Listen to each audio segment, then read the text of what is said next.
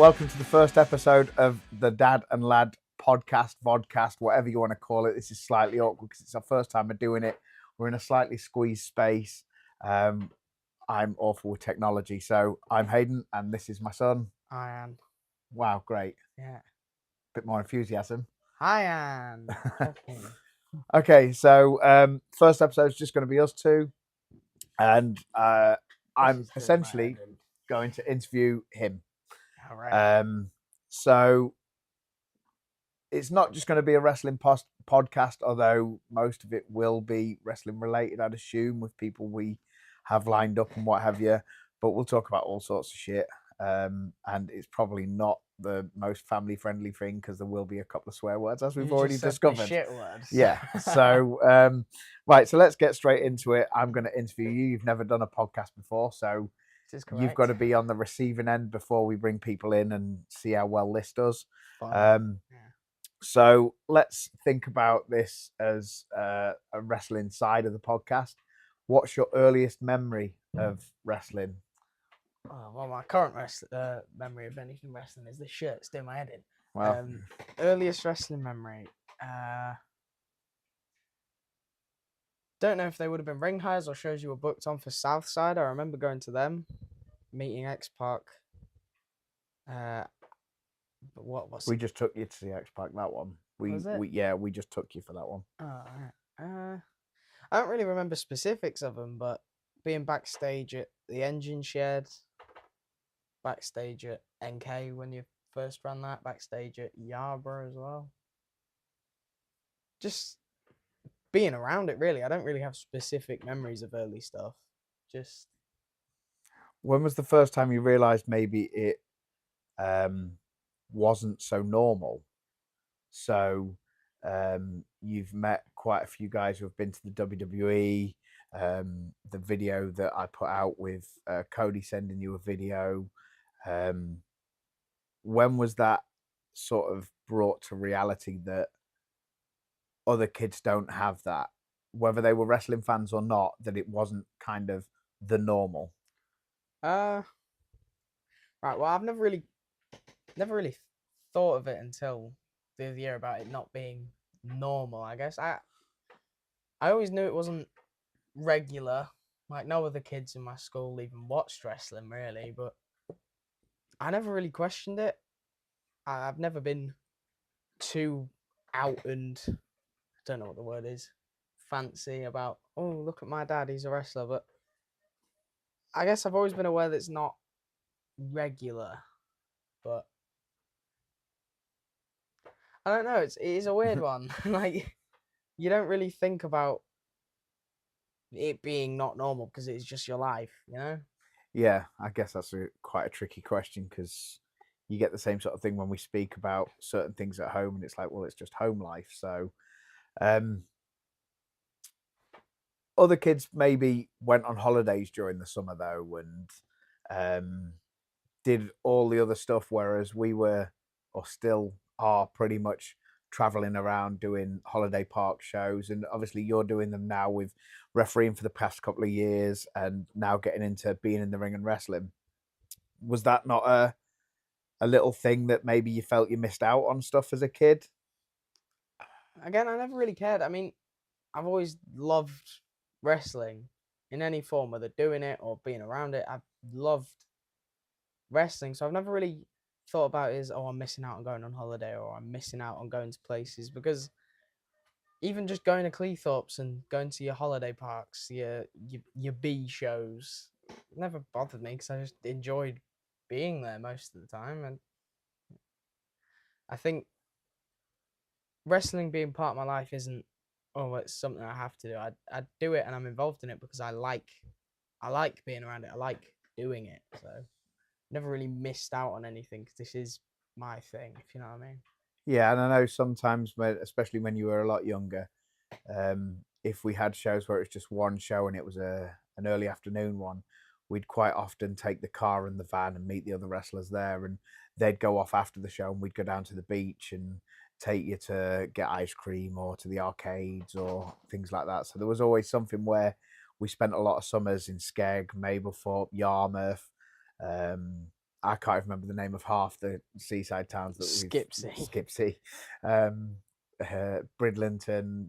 There's lots of areas we've taken you to where you've been able to do other things after the shows or before the shows or whatever. So I mean, here's the point on it just being my life, I guess. I'm trying to think of specific stories of these holiday parks. Who was there? Do I have any specific stories of being around these people? And I think for any normal person going to the beach with a wrestler and doing all this stuff, it'd be the first thing that sprung to your mind. You'd have stories to tell. But I guess it was every other weekend when I was like 4 or 5 on it. So I don't have specific stories that stick out because it was an every week type of thing, wasn't it? yeah, is a lot. Yeah. But it is normal kind of for all of you that have grown up in it. Obviously your sisters and your brother as well. So there was a point in time where wrestling was difficult for you.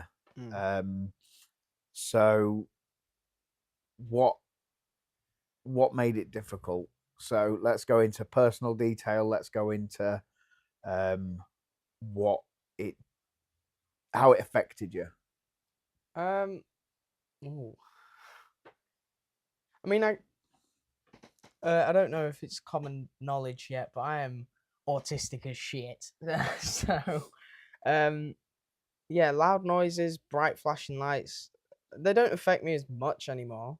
But when I would have been like 8, 9, or them type of years, I wasn't able to go. I wasn't able to go to the Christmas market or anything. It was just too much for me. It was probably the worst that I've had it, and I'm glad I've kind of grown out of that a bit now.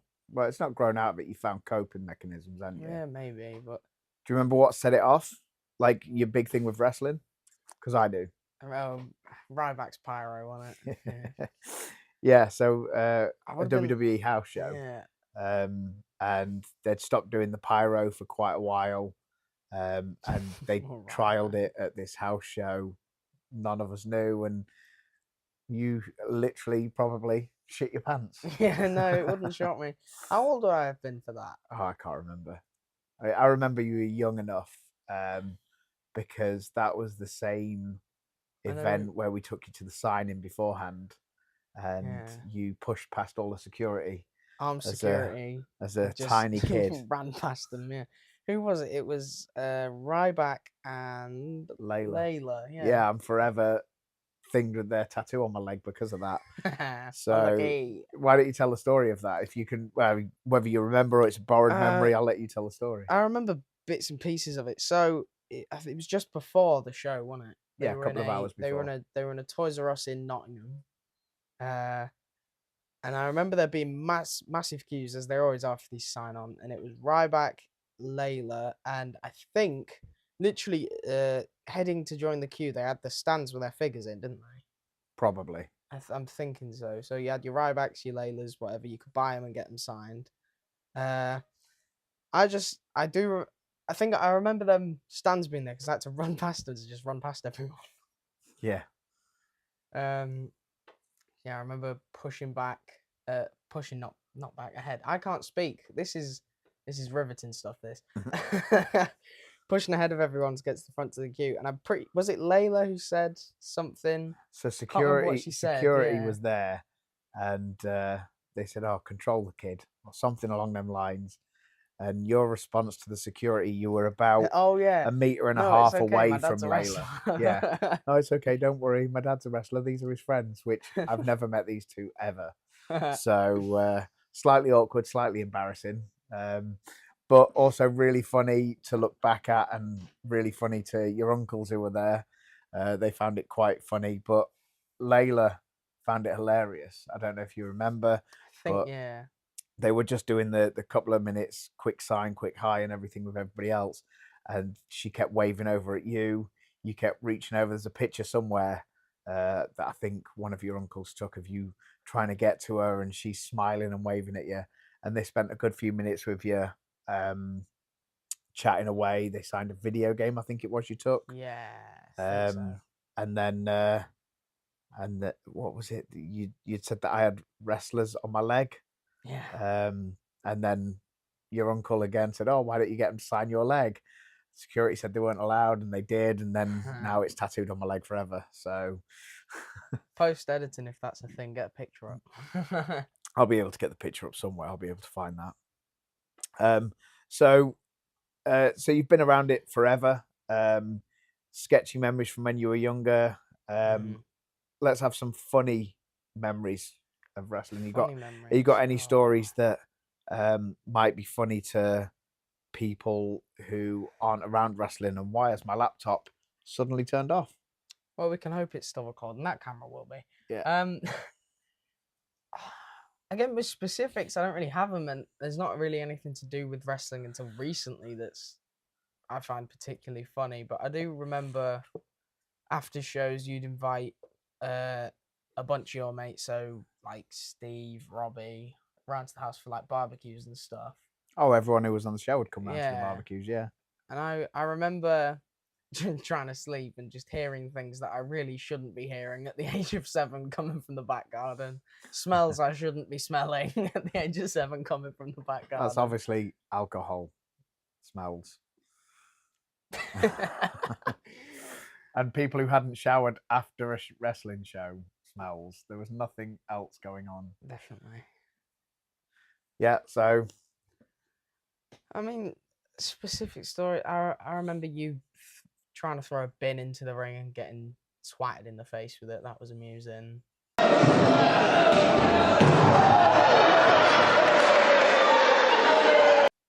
Yep. Comes up every year on social media. Yeah. Because it's the best thing that I think's ever come from this whole company, isn't it? Hopefully not. But yeah, I mean, loads of little moments. You can't quite. I think I'm a bit too early to have specific stories where I remember that and I go, yeah, that's why I love being here. I think just all of it in general's enjoyable.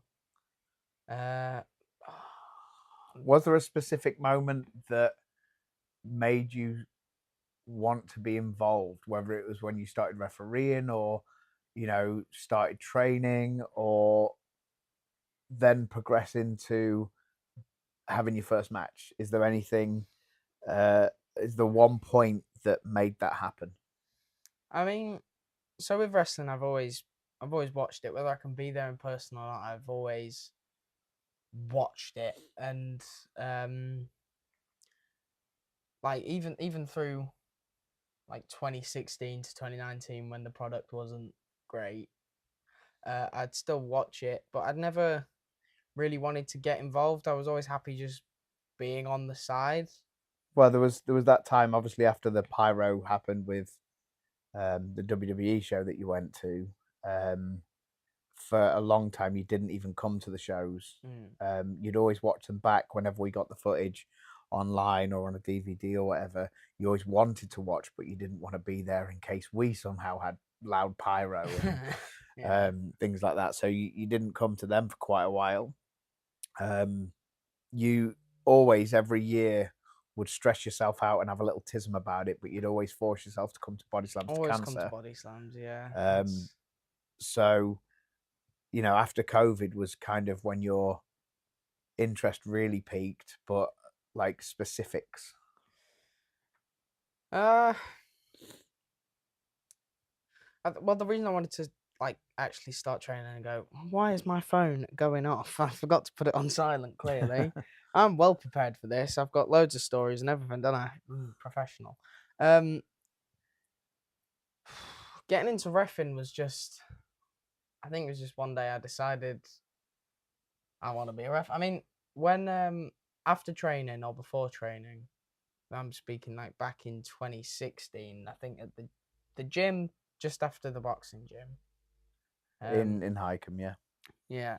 It would always be Kaya, Madison and Thomas having wrestling matches that weren't wrestling matches. It was just an excuse for Thomas to beat up my little sister. But I never wanted to get physically involved in that. I don't know if it's because I was smart enough to realize these weren't wrestling matches. It was just an excuse for my brother to beat us up. But I would always be ref. I do remember that. And I guess I always The just... videos say different. You'd quite often get involved. I would quite often get involved, but I would also be ref quite frequently. And one day I just showed up to training and asked. I think there wasn't really any dramatic build up, that dramatic moment. I just kind of decided that I wanted to ref. And who helped you with becoming a referee? Mr. Danny Marks, or as I am the only one to call him Daniel, because it annoyed him one time, so I'm gonna keep calling him that. He forever will be Daniel. Yes. Yep. He is he's very good ref. Very, very good ref. And Scott Bell as well was there for a little bit near the beginning, wasn't he? Yeah, I remember the first match you refereed.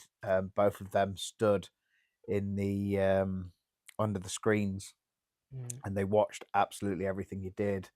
And Scott and Dan had both given you a ton of advice and gone through a load of little details with you.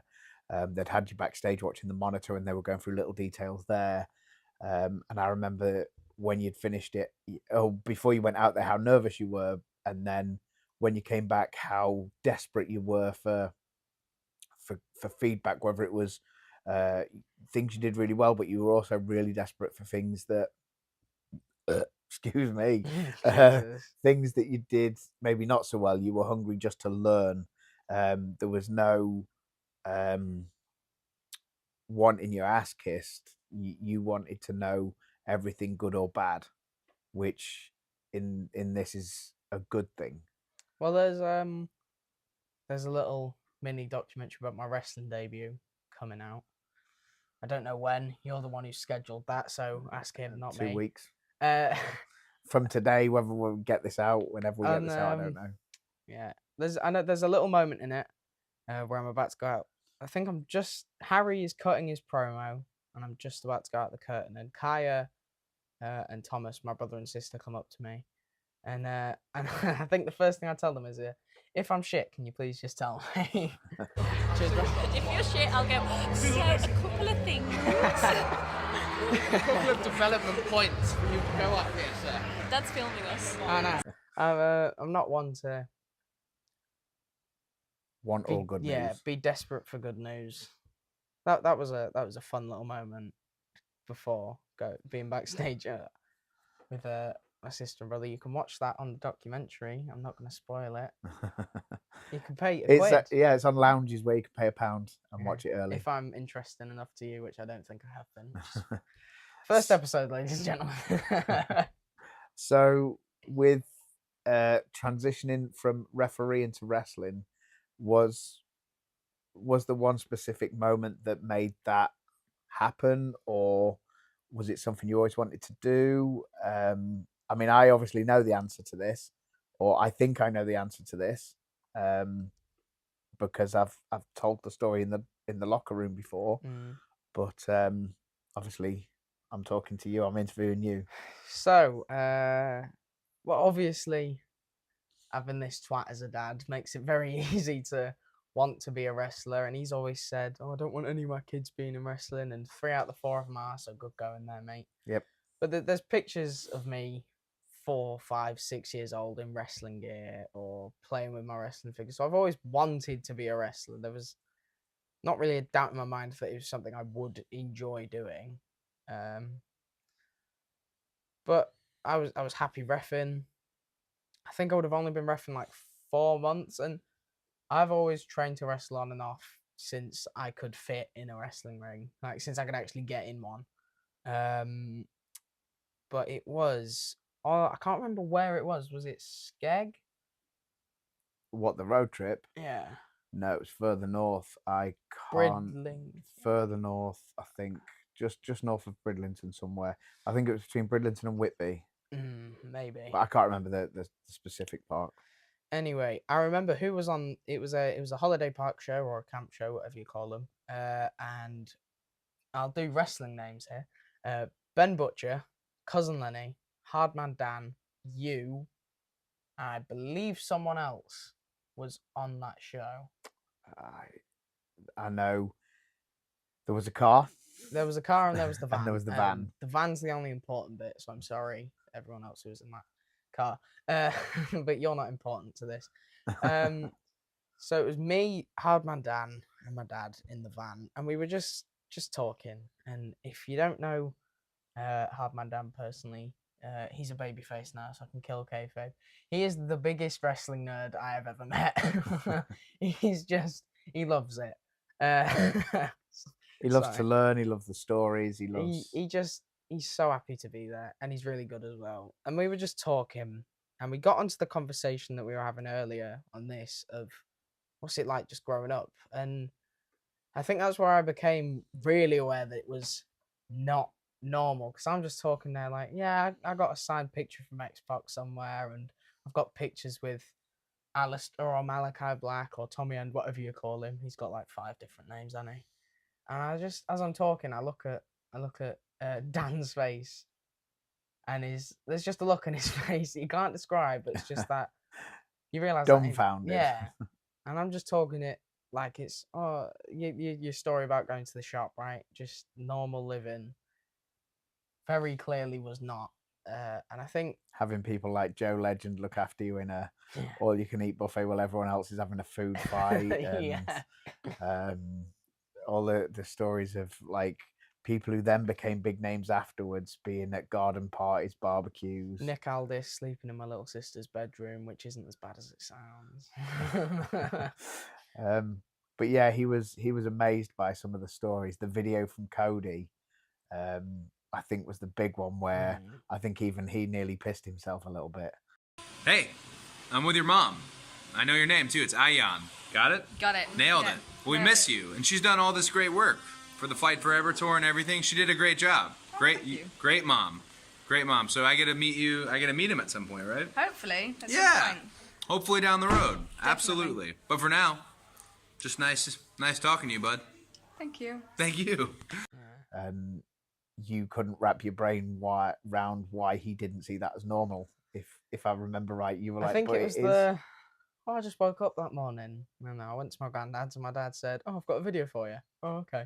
Like, I guess that this is when I kind of realized that it wasn't normal, but it was still like not normal. You know what I mean? Oh, I know what you mean. Yeah, but I can't describe it. world. I'm not clever enough to describe what I'm thinking half the time, so you better get used to that. I'm kind of relying on you here to put my thoughts into understandable language. But, wrong person. Yeah. You've got an autistic and a dyslexic trying to run a podcast. This was a good idea. Yeah, social experiment. Yeah. But yeah, it was in that van journey I realized I'm in a very special position here, where I don't have to pay for training. If I really want to, I can try ask this twat to just drive me to the gym so I can get some time in the ring by myself and just learn. And having wrestlers around my house my entire life, I can feed off them. Just it didn't feel like I had to, but it felt like I would be wasting a massive chance if I didn't do it. Well, that was the van journey home. I remember you saying that, do you think I'm wasting a massive chance? And HMD was like, yeah, probably. Yeah. Stop encouraging it. You know, there was already, your sister had already started wrestling at this point, and your brother had shown quite a bit of interest. And I was saying like 1 out of 4, okay, cool. 2 out of 4, oh, okay, cool. 3 out of 4, right, okay, here we go. That's you know. But yeah, there was that was the question you asked on the way home. You'd finished refereeing the entire show at the holiday park, and you then said, right, okay, I want to come to the next training session, and you've kind of not left since. You know, you come quite regular to it. So who are we blaming for you starting the wrestling journey after the refereeing journey, or while doing your refereeing duties? Who is to blame? I'll always blame you personally. Oh, come on! I gave you the line here for HMD. No, yeah? He needs the heat for this one. He's just a fan, isn't he? He's the one who made you realise you wanted to do it. But I'll always blame you. You say all the time, "Oh, I didn't want any of my kids in wrestling," but you took us to all your shows. You gave us all your shirts. You had us meet all these big names that people who weren't in it would literally piss themselves to it. So It's not like you tried keeping us away from it, is it? Tried to show you why not to do it. No, my thing always has been for all of you to just do what makes you happy. I don't care what job you do, whether you work in a bin truck or on a bin truck, in a bin truck. In it would be A horrible, bin wouldn't man, it? I believe is what No, you because mean. women can do it too. So you Bin wouldn't be person. so yeah, you don't want to be in it, get crushed. Where you wanted to be teachers or whatever, like as long as you were happy. That's always been my thing. So I guess if wrestling as a hobby, as a potential job, makes you happy, then so be it. But it's just a worry because of some of the stuff that's been around the business. Or excuse me, I'm full of gas. The obviously the injuries, which I know a bit too well about. But yeah, okay. I'm so surprised you're not in a wheelchair, to be honest, mate. I don't know Well, how it you've w- escaped that. it was supposed to be a few years ago. That's what they wanted to do. So yeah, we survive. But it's not about me. So let's talk about what happened last weekend. You brushed over it yeah, quickly. My debut. Wrestling, innit? So we made the mini documentary, but let's talk about it. Like, you wanted to get in there, and you trained and trained and trained and pushed yourself, and with your own wages through the holiday parks and whatever through refereeing. You've paid for your own gym membership on top of training here. So talk about it. Right, where do we start? So, first time I've ever faked hand was for that. That was a fun experience. My Indonesian heritage really came out that day. That was something. But I mean, the entire day and the night before. I mean, I never really got nervous for it. I don't know how to describe the There was an feeling. element of nerves. We could see it in you I don't- because you were stimming a little bit.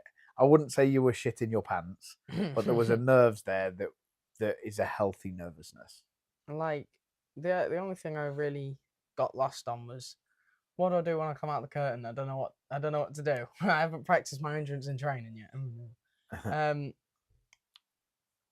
But yeah, I mean, I already knew what I was doing a couple days beforehand because my mum had told me, and she made a really big deal about me debuting specifically at 150 to the point where I got a bit of gear made. What, 5 days before the show? Yeah. Literally got it on the day of the show, tested it, made sure everything was all right. So, yeah, gauntlet match, always fun. I didn't have to worry about anybody else's stuff, and I didn't know how good I would be at remembering stuff, and apparently I'm. Learn on the job. Apparently I'm all right at that. I managed to remember 2, albeit 3-minute matches, but I remembered them. I'm proud of myself. Wow. God, if there's someone here who doesn't know it's predetermined, you've just ruined their life. We've already spoiled it. Unlucky. Kayfabe's dead. Okay, it's buried. Okay. That little kid's crying now. You're never going to sell a t-shirt. Unlucky. So put that on a t-shirt. How about that? So okay, your mum and me would never put the pressure on you, but did you feel any pressure through having your sister, her boyfriend, and your brother there as well? Did that add to pressure, or did that make it easier? Did you ask them any questions how they felt? When it comes to nerves and pressure, I don't think it really affected it, them being there, to be fair. I mean, Kaya's Tom, was great. Jack Nodson, wrestling names, go on. He was great. Like, throughout the entire day, he was just talking to me, worked with some things, like the wheelbarrow that I did. I already knew how to do it, but he came up with the idea for the spot with it, and we ran through that beforehand. So he was good help. I mean, them being there definitely took my mind off it. Like, oh my god, what am I for? What am I? But bear. What if I do that? What if I'm awful? And then being there for the photo shoots and stuff like that was just just fun. I think it made it feel more like a day out than a, oh my god, I'm going out in front of 100+ people. Don't be rotten. I can't remember how many people were there. I want to say it was like 200. Was it? I think so. Something Oh, like that. I know there nice. was a couple of empty seats, so it was just under the 200 probably. But yeah, like you didn't feel any pressure through having them there. It made it easier then, essentially. No, because they're both rotten. No, I didn't feel like I had to match any expectations to do with them or to do with you. Just go out, be me. Don't be terrible at the thing that I've spent my entire life building up to. Yeah, definitely no pressure there. Your entire life of 16 years, not even 16 years. Oh, yeah, it's still halfway to 30. But but yeah, it's a good job I didn't speak to you at all though, because you had a horrible record of adding pressure that night, didn't you? I may have not helped one person. Yeah, I Yeah. may have unintentionally put a little bit of extra pressure on their shoulders, but pressure creates diamonds. I thought it was pearls. That's diamonds. Is it? Yeah. Well, I look like a twat, don't I? I already do. It doesn't Pearls matter. are grown in a shell in the sea.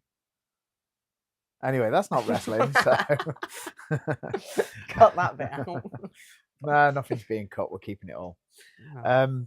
Okay, so how did it go then? How did it go? I don't think I was tragic. I got the job done. I can only think of one or two things that didn't go exactly to plan, and that's because I'm I can't say that word because YouTube will tell us off. But not completely shite is how I'd word it. Okay. So you're happy with it? I've watched it back a few times. Definitely not watched it back every night before I go to sleep. I thought it went well. I managed to get a good match out of Strap, so I need a medal for that. Sorry, Strap. I didn't get any. I didn't get. We're getting cancelled. Yeah. I didn't get any particularly horrible feedback about it. I didn't get anything bad. I was told that pretty much everything looked fine, so take it. Didn't realize how dry your mouth gets. Oh yeah. Very dry, very quickly. That's part of the nerves, mate. Is it? Yeah. You get used to it, and over time that'll disappear. But always have a drink right behind that curtain ready for you, because yeah, you need it, especially when your matches go onto your 20-minute matches, and like with Dale, we did a couple of 40-minute matches, and if you forget your drink, you're in big trouble. It's fine. I'll bake you little cupcakes afterwards. So with it going forward, then what's the ambition with wrestling? Is there anything in particular, or have you got a ladder of goals that you want to climb through? Well, if you're a wrestler and your main goal isn't to main event WrestleMania, what are you doing with your life? That's what I think. I don't agree, because wrestling for a fan or for a performer is escapism at its heart. So you might not want it as a career. There's plenty of people out there that want it as a hobby, and it is just that escape from the stress of real life, or the escape from shit that's going on at home. And again, this is both sides of the ropes. So, you know, yes, it's great to have that goal of if you want to make it your career, your goal should always be main event in the biggest show on earth, 100%. But if it's not your career ambition, there's plenty of other reasons why you'd want to do it. Yeah, but in my head, if I'm going out to do something and I'm not trying to be literally the best that you physically can be, then why even bother? In my head, that goes for everything. That's why I haven't even tried to learn to fry an egg yet, because that'll go horribly wrong. Well, I can't teach that either. So, No. Okay, so you've got your goal, you've got your aspiration. What in the next year then? What can we expect in the next year? What can I expect in the next year? What no, what can you expect? What can I What expect? can anybody watching who might turn up to a show? or might want to talk to you on the street or whatever, because the more you're on shows, the more people might recognize you. They might stop you and want a conversation with you. Again, going back to your childhood, how many times can you remember being stopped in I remember the Cafe seaside, Nero. in a That was coffee fun shop, story. in a restaurant? You know, it's happened a lot. So if anybody stops you and wants a conversation about what they've seen you do, what to expect from you, What to expect from me? The answer is I don't know. I'm not in the booking room. no, but you set a goal for the next year.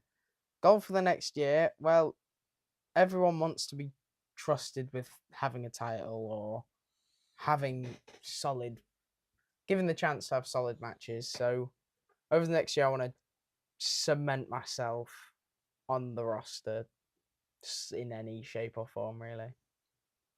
Okay, that's a pretty good I think goal. that's Very open as well, it's very a political. decent first step, yeah. Um, But I mean, you never know, do you? I'm not the one who decides it. I show up to training, I show up to show day, and I get told the same as everyone else does. Apart from my debut, for some reason, where I was already told what I was doing. I don't know why that was. Most people learn a few days before, a few weeks before what they're doing. Oh, There's just the odd one where we keep it a bit quiet because we want to see their reactions. I say we.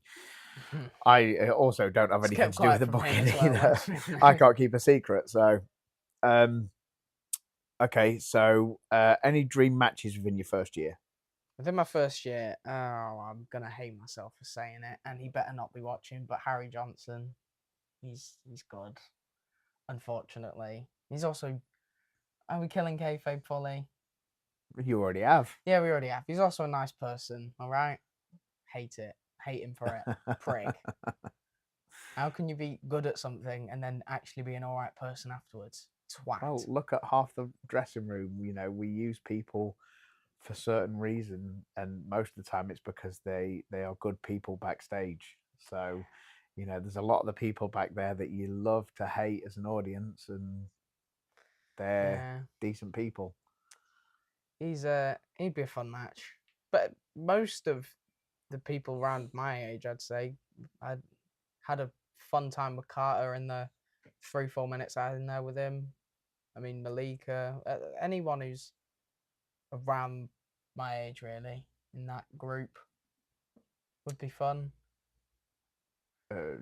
Think older, think Think older. external talent who we bring in regular in your first year. Oh, I wouldn't mind working with Tom, Jack Nodson as well. He'd be fun because my little brain would explode. Probably, yeah. And, that would be interesting. Obviously, working with either my brother or my sister, that's always a dream match. But I don't know if within the first year is exactly the place to have it. Again, I don't know. I'm not in the booking room. You're too crippled, so I think that one might be dead, unfortunately. Right. Surgery soon, we'll see. We'll see. Said him earlier, Hardman Dan. He's pretty good as well. He doesn't like Hardman Dan, that's HMD. HMD. I don't know. You think I watch the products? Yes, you do. You sit there watching it all. Yeah, I do. That's the problem. Okay, so if anybody out there, say you've got a friend from when you went to school watching this, Hope not. say there's someone who has never been to one of our shows, never been to wrestling, why should they come and watch you? Because I'm fucking brilliant, mate. Okay, that's not going to sell a ticket. Unlucky. Why should they come to a show? Why But again, if it's someone you know and they wanted to support you, why should they come to see you? So it's a double question Well, there this now. is I'm not good at answering questions that have meaning behind them. Why can't you ask me what like my McDonald's order is? That's way easier. So why come to see me? So I would say that I am loosely entertaining. Really bigging myself up here. You can see the way I'm thinking in the way I move, I think. You can tell when something's going like really well, and you can tell when I'm enjoying myself, but you can also tell when I'm I don't know how to word it. You've asked me a really interesting question. I can't answer it. Get used to talking. That's part of wrestling. It's part of wrestling, yeah. But when I'm talking as a promo, it's way easy. I don't really know. I mean, I've had one match. I'd say you can see that I'm enjoying myself, and you can see that I'm happy doing what I'm doing, and you can see that it feels like it's what I'm meant to do when I'm working, and I feel that. So, yeah, I'm autistic. I can't read between the lines, so there's probably something very blatantly obvious that not even I can point out. But I think that's the same with every wrestler. I think you were to ask him why should he go see you?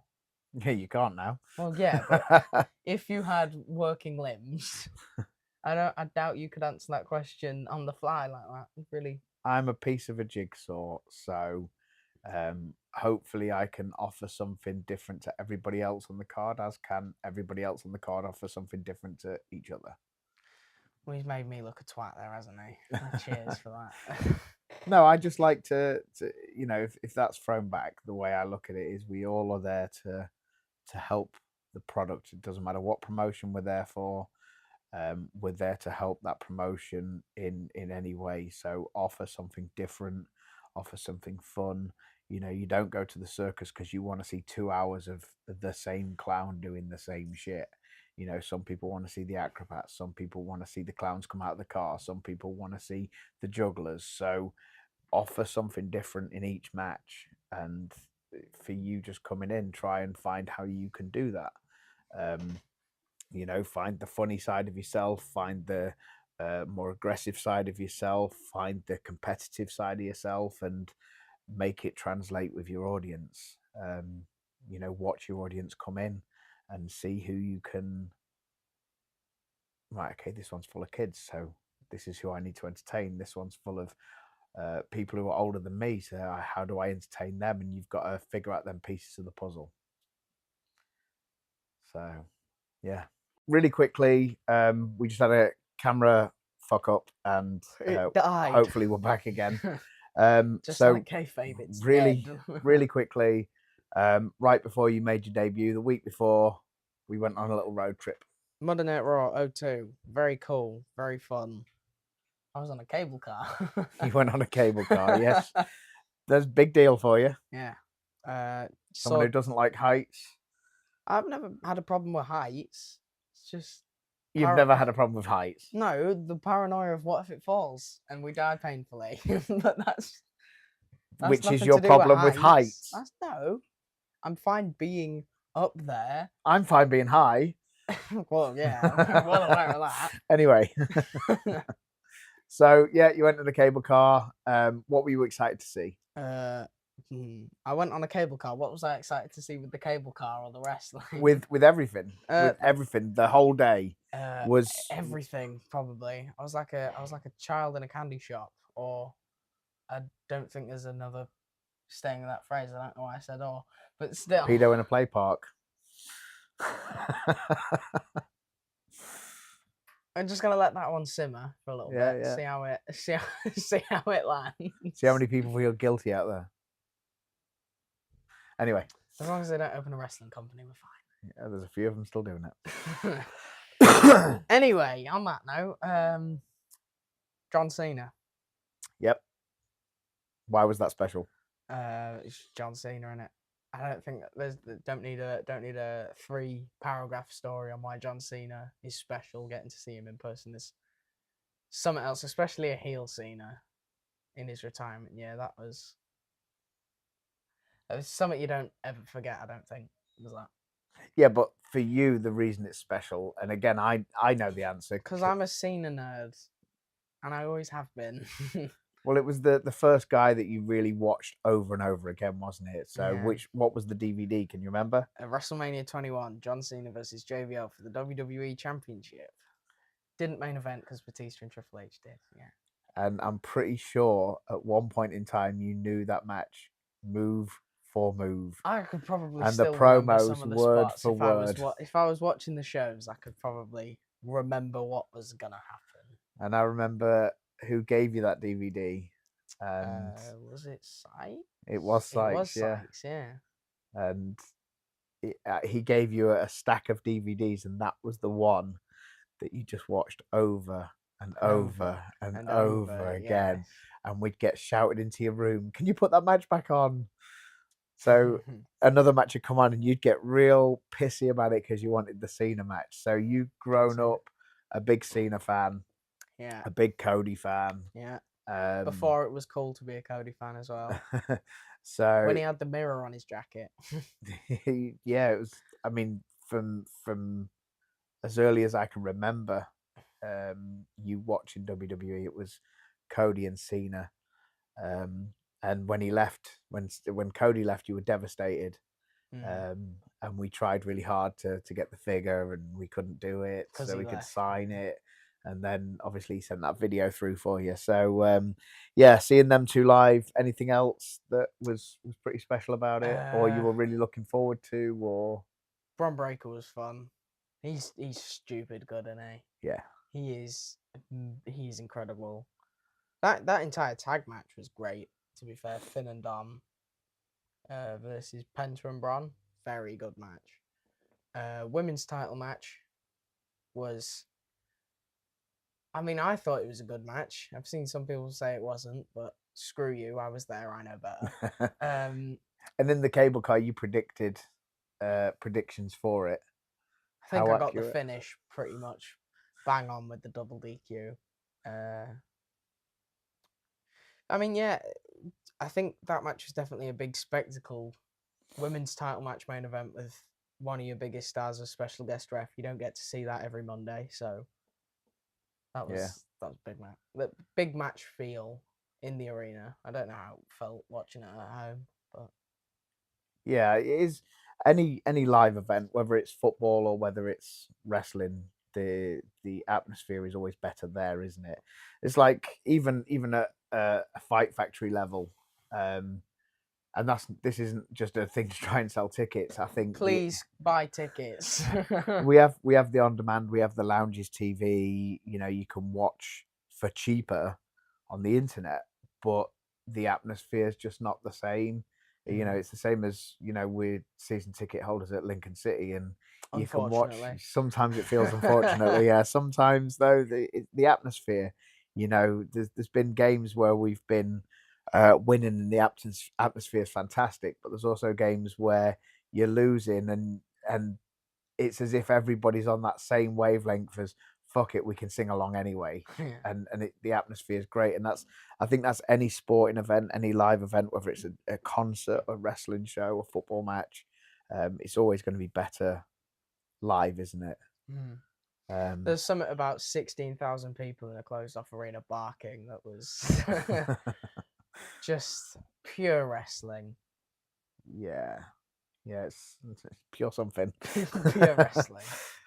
Right, okay, so is there anything you want to say to people? You know, if we can get this off the road and going properly, we'll maybe just chat shit. We'll be bringing people in from Fight Factory roster and hopefully beyond. It won't just be wrestling as well. If we can get it, we'll get other people in. Any suggestions, fire them through. But is there anything you want to say? Is there anything you want to advertise, which is a weird one considering I'm your child. Yeah. That's very odd. So my dad has a thing for drawing. All of a sudden, it came from your tattooing, didn't it? I came from being a teenager. Bought himself an iPad. And then I started, it comes from autism, I think, is what what he originally started from. And he drew these things conveniently placed on the camera. And you can buy mine, and he gets most of it, but I get a little bit of it. And I like money, so he'll even sign it. Yeah. Have you got a wrestling signature yet? I just write my name and then a little smiley face at the end. That is the weirdest thing ever, by the way, is doing signatures and taking pictures. Just a kid from a council estate. Just literally. That's what I said. I was talking to Kirsty about it, who I don't think anyone watching, but the people watching might know, might not know. Company sponsor. Company sponsor. Yeah, I could have just said that. Yeah. Right. So I was talking to her the other day. I was telling her about how weird it is. I think I worded it literally just how you are. I'm just a kid from a council estate. Why do you want me to sign your stuff? But it links back to that not being normal thing, I guess. Of you don't quite realize how much of a star you are to these people, even at an indie level, at a bingo hall level. You are a star to the people buying a ticket. They are buying a ticket to watch you collectively wrestle. Yeah. And it's really, you'd think it would be the opposite of humbling, but it really is. It takes you aback a bit, getting asked for your first. It's a responsibility in some ways, because like I said earlier, it's that break from reality for that person. You don't know if they're having a really shitty time at home, and that kid, you don't know what's going on in their life. So when they buy your picture and you sign it for them and you spend 5 minutes talking to them, did you enjoy the show? You know, like all these sort of things, that's 5 minutes of their day that you've brought a smile to their face and that you've made them forget about maybe what's going on at home, whether it's, you know, something as simple as they've just had or they didn't get a video game that they wanted, or you know, potentially they're being bullied at school or something. There's something going on that you'll never know, and you've changed that person's 5 minutes. So it is a big responsibility. Yeah, it is, and we're ending that on a really deep note, aren't we? Yeah. So, what else do I need to advertise? Follow my social medias. I couldn't tell you what they are off the top of my head, but just search my name and you'll find me. We'll put a link to it. Arjan Loeve 3 on Instagram. ARJANLOEVE. Bang. I'm mint. Just Arjan Loeve on TikTok. I don't post much wrestling related at all.